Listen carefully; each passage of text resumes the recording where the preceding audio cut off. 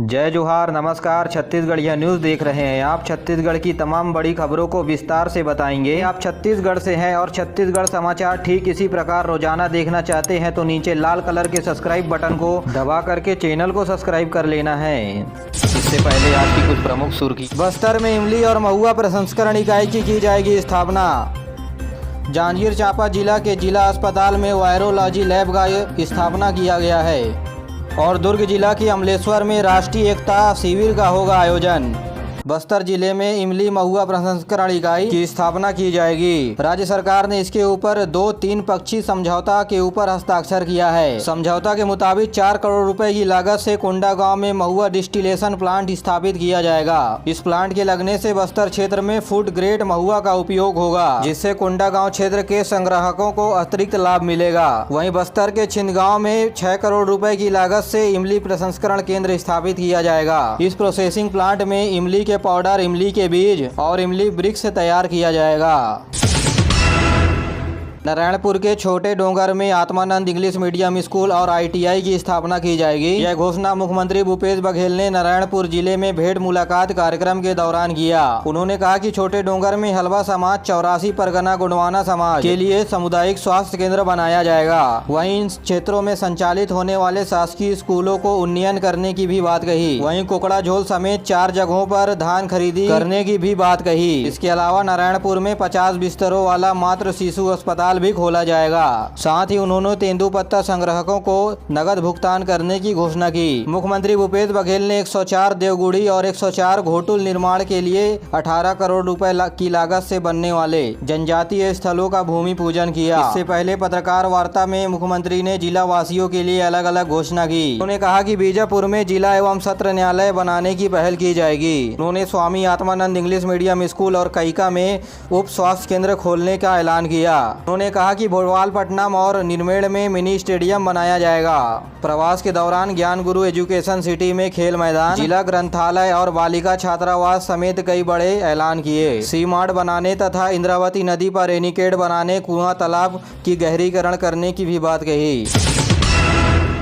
प्रदेश में जाति निवास पर हिंदी मात्रात्मक त्रुटि को दूर करने के लिए अंग्रेजी में जाति निवास प्रमाण पत्र में नाम लिखने की प्रक्रिया शुरू हो गई है। मुख्यमंत्री भूपेश बघेल ने इस योजना की शुरुआत बीजापुर में मात्रात्मक त्रुटि सुधार कर अंग्रेजी में लिखे हुए जाति निवास प्रमाण पत्र का वितरण करके किया। उन्होंने कहा कि मात्रात्मक त्रुटि होने की वजह से अब कोई भी जाति निवास प्रमाण पत्र प्राप्त करने से नहीं छूटेगा। इस मौके पर मुख्यमंत्री ने प्रधान जनजाति के 3 हितग्राहियों को जाति निवास प्रमाण पत्र प्रदान किया। जांजगीर चांपा जिले के पुराने जिला अस्पताल में वायरोलॉजी लैब का स्थापना किया गया है। इस लैब के स्थापना के बाद अब कोविड-19 के सैंपलों को RT-PCR जांच के लिए बाहर नहीं भेजना पड़ेगा। इस लैब में हर एक दिन 300 मरीजों का RT-PCR जांच टेस्ट किया जा सकेगा। कलेक्टर जितेंद्र शुक्ला ने आम आदमियों की सुरक्षा के लिए इस वायरोलॉजी लैब का शुभारंभ किया। उन्होंने वायरोलॉजी लैब का एक बड़ी उपलब्धि बताते हुए कहा कि आने वाले समय में मुख्यमंत्री भूपेश बघेल इस लैब की औपचारिक उद्घाटन करेंगे। NSS के द्वारा छत्तीसगढ़ के दुर्ग जिला के अमलेश्वर में 7 दिवसीय कैंप का आयोजन किया जा रहा है। श्री रामचंद्र मिशन आश्रम में आयोजित होने वाले इस शिविर के उद्घाटन के लिए राज्यपाल अनुसुईया उइके आएंगी। मध्य प्रदेश, गुजरात और छत्तीसगढ़ के देश भर में मौजूद 210 राष्ट्रीय स्वयंसेवक संघ के सदस्य मौजूद रहेंगे। शिविर के दौरान रचनात्मक कार्यक्रम समेत कई प्रकार के सांस्कृतिक कार्यक्रम भी रखे जाएंगे। आज़ादी के अमृत महोत्सव के दौरान केंद्रीय परिवहन विभाग के द्वारा 22 मई को दुर्ग से रायपुर तक युवा बाइक रैली निकाली जाएगी। इस बाइक रैली में 75 युवक युवती शामिल होंगे। इस बाइक रैली को सुबह दुर्ग से झंडा दिखाकर रवाना किया जाएगा।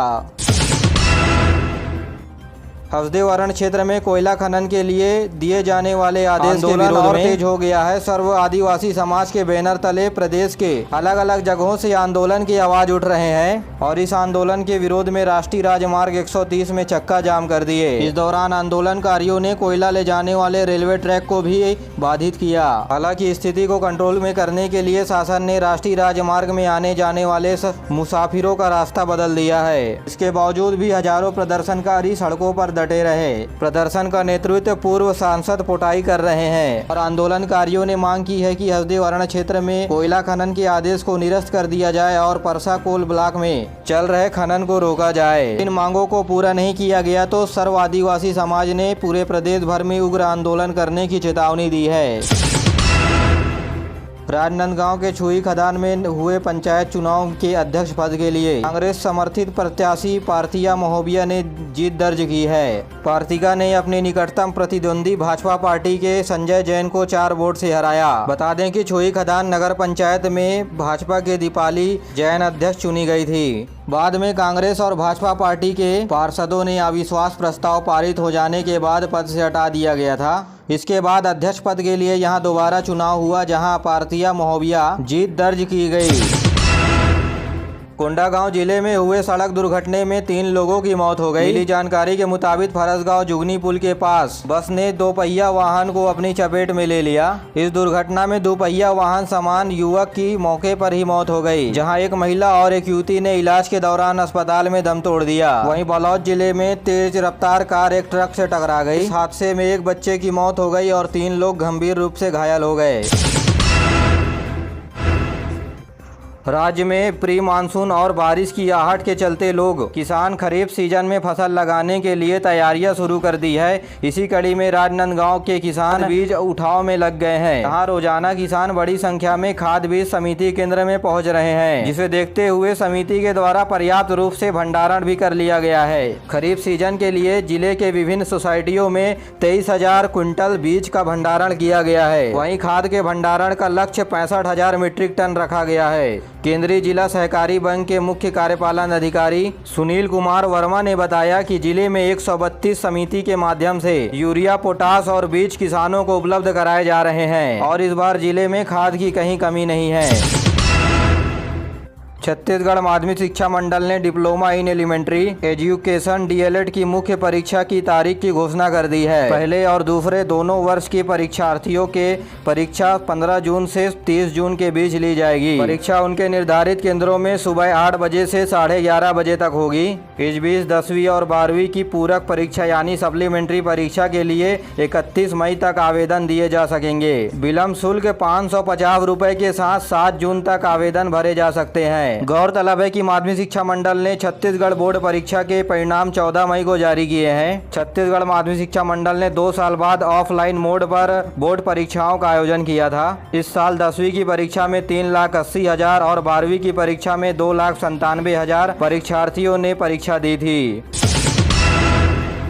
पिछले दिनों माना एयरपोर्ट पर छत्तीसगढ़ सरकार का हेलीकॉप्टर क्रैश हो गया था, जिसमें 2 पायलट की दर्दनाक मौत हो गई थी। ऐसे में छत्तीसगढ़ सरकार के सामने एक नया प्रश्न खड़ा हो गया है कि नया हेलीकॉप्टर लिया जाए या फिर किराए का हेलीकॉप्टर उपयोग में लिया जाए, क्योंकि जो हेलीकॉप्टर क्रैश हुआ उसका इंश्योरेंस लगभग 26 करोड़ रुपए का है और नए हेलीकॉप्टर की कीमत लगभग 50 करोड़ रुपए है। इसका मतलब है कि बीमा की रकम मिलने के बाद भी सरकार को नए हेलीकॉप्टर के लिए 25 करोड़ रुपए खर्च करने पड़ेंगे और दिक्कत ये है कि सरकार के पास इस वक्त मौजूदा बजट नहीं है। वहीं हेलीकॉप्टर की बात करें तो राज्य सरकार एक हेलीकॉप्टर किराए पर ले रखा है और मुख्यमंत्री के दौरे के लिए इस हेलीकॉप्टर का उपयोग हो रहा है। साथ ही राज्य सरकार के पास पुलिस विभाग के हेलीकॉप्टर का भी विकल्प है, लेकिन यह अस्थायी व्यवस्था है। ऐसे में देखना ये होगा कि राज्य सरकार अतिरिक्त हेलीकॉप्टर के लिए क्या व्यवस्था करती है। आपको बता दें कि छत्तीसगढ़ सरकार हवा में उड़ने के लिए 26 महीनों के कार्यकाल में 50 करोड़ 46,49,406 रुपए खर्च किए हैं। इनमें से 33 करोड़ 87,74,745 रुपए